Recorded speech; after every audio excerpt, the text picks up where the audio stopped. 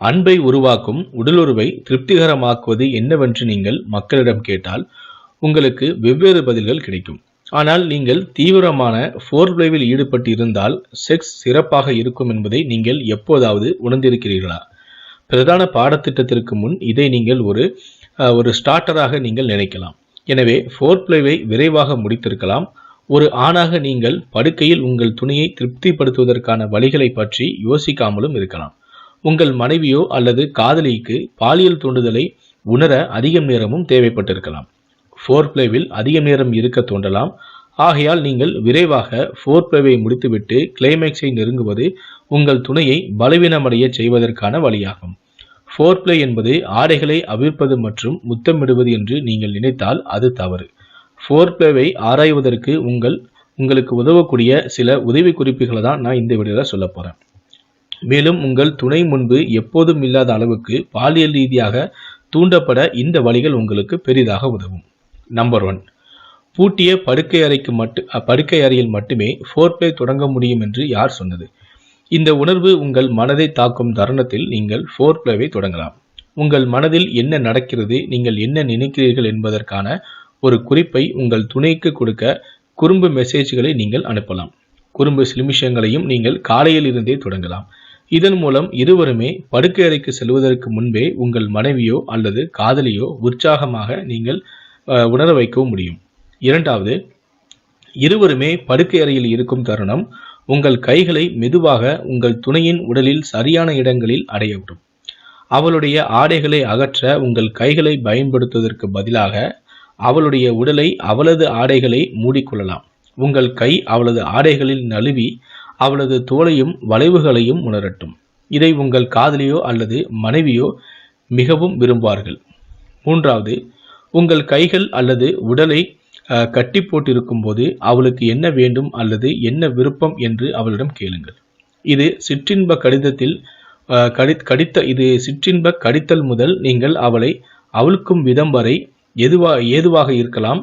அவள் குறும்பு மற்றும் ஆசைகளை வெளிப்படுத்தும் போது அவளிடம் உங்களுடைய விருப்பங்களையும் நீங்கள் சொல்லலாம். அவள் உடலுறவை ரசிக்கிறாள் என்பதையும் படுக்கையில் நீங்கள் என்ன செய்ய வேண்டும் என்று அவள் விரும்புகிறாள் என்பதையும் இந்த வழியில் நீங்கள் புரிந்து கொள்ளவும் முடியும். நான்காவது, ஒரு முன் சுருள் மசாஜை விட சிற்றின்பம் வேறு எங்கு இருக்க முடியும்?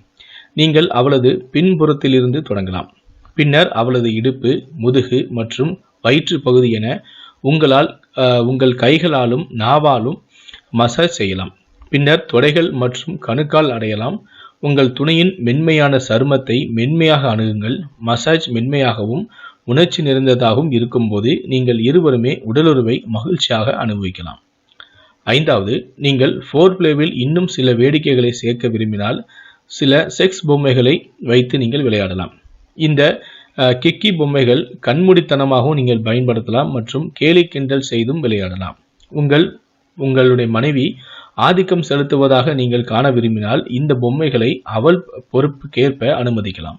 நீங்கள் செக்ஸ் பொம்மைகளை பயன்படுத்தும் போது முத்தம் கொடுத்தலையும் தொடுதலையும் கைகோர்த்து கொள்ளுங்கள். உங்கள் வழியில் உங்களுக்கு ஒரு அற்புதமான அனுபவம் கிடைக்கும். ஆறாவது, உங்கள் துணை கண்ணை மூடிக்கொண்டிருக்கும் போது அவளுடைய காதில் குறும்பு விஷயங்களை நீங்கள் கிசுகிசுக்கலாம். அடுத்து நீங்கள் என்ன செய்ய போகிறீர்கள் என்பதையும் அவளுக்கு தெரியப்படுத்தலாம். அவளுடைய சொற்களை உங்கள் வார்த்தைகளில் விவரிக்கவும். உங்கள் வார்த்தைகளின் மூலம் அவளை தூண்டவும் முடியும். இதை நீங்கள் உங்கள் துணையும் மிகவும் விரும்புவார்கள். ஏழாவது, நீங்கள் இருவருமே நீண்ட காலமாக உடலில் ஈடுபட்டு இருந்தாலும் அவளுடைய உடலை முதல் தடவை ஆராய்வது போல புதிய வழியை தேடுங்கள். அவளுடைய வளைவு, நெளிவுகளை, தோலையும் நீங்கள் எத்தனை முறை பார்த்தாலும் அது எப்போதுமே உங்களுக்கு ஒரு புதிய அனுபவமாகவே என்பதை அவள் உணரட்டும். நீங்கள் அதை செய்வதற்காக மட்டுமே செய்கிறீர்கள் என்றால் நீங்கள் முழுமையாக அனுபவிக்க முடியாது. உண்மையான அன்போடு விருப்பத்தோடு தொடங்கும் போதுதான் அது உங்களுக்கு உச்சக்கட்டத்தை கொடுக்கும். எட்டாவது, ஃபோர்ப்ளேவின் போது நீங்கள் அவசரப்பட வேண்டியதே இல்லை. கிரிக்கெட் விளையாடில் எடுத்தவுடன் 6 அல்லது 4 ரன் எடுக்க வேண்டும் என்பது போல வேகமாக போக வேண்டாம். முதலில் பொறுமையாக சிங்கிள் ரன்னில் இருந்து ஆரம்பிக்கலாம். அதுபோல ஃபோர்ப்ளே ஆரம்பத்தில் மெதுவாகவும் மென்மையாகவும் இருக்கட்டும். விஷயங்களை ஒரு கடின முறையில் தொடங்குவது ஒரு திருப்பு முனையாகவே இருக்கட்டும். எனவே ஆரம்பத்தில் அதை மெதுவாக செய்ய முயற்சிக்கவும். உங்கள் துணையின் வெளிப்பாடு மற்றும் பதிலை பொறுத்து நீங்கள் அதை சற்று கடினமானதாக மாற்றலாம். 9வது, ஃபோர்ப்ளேவில் அதிக நேரம் செயல்படுங்கள். இது உங்கள் உறவை மேலும் வலுப்படுத்தும். நேரம் எடுத்து ஒவ்வொரு கணமும் இன்பத்தை அனுபவிங்கள். இந்த வழியில் உங்களுக்கும் உங்கள் துணைக்கும் ஒரு மறக்க முடியாத அனுபவமாக இருக்கும். எந்த முறை உறவு கொண்டாலும் உங்கள் உறவில் சலிப்பு ஏற்படாது. புதிதாக செயல்பட முயற்சியும் செய்யுங்கள். இந்த வீடியோ பிடித்திருந்தால் லைக் பண்ணுங்க, சந்தேகம் இருந்தால் கமெண்ட் பண்ணுங்க. மேலும் இது போல பல வீடியோக்கள் பார்க்கணும்னு நினைச்சீங்கன்னா மறக்காம இந்த சேனலை சப்ஸ்கிரைப் பண்ணுங்க.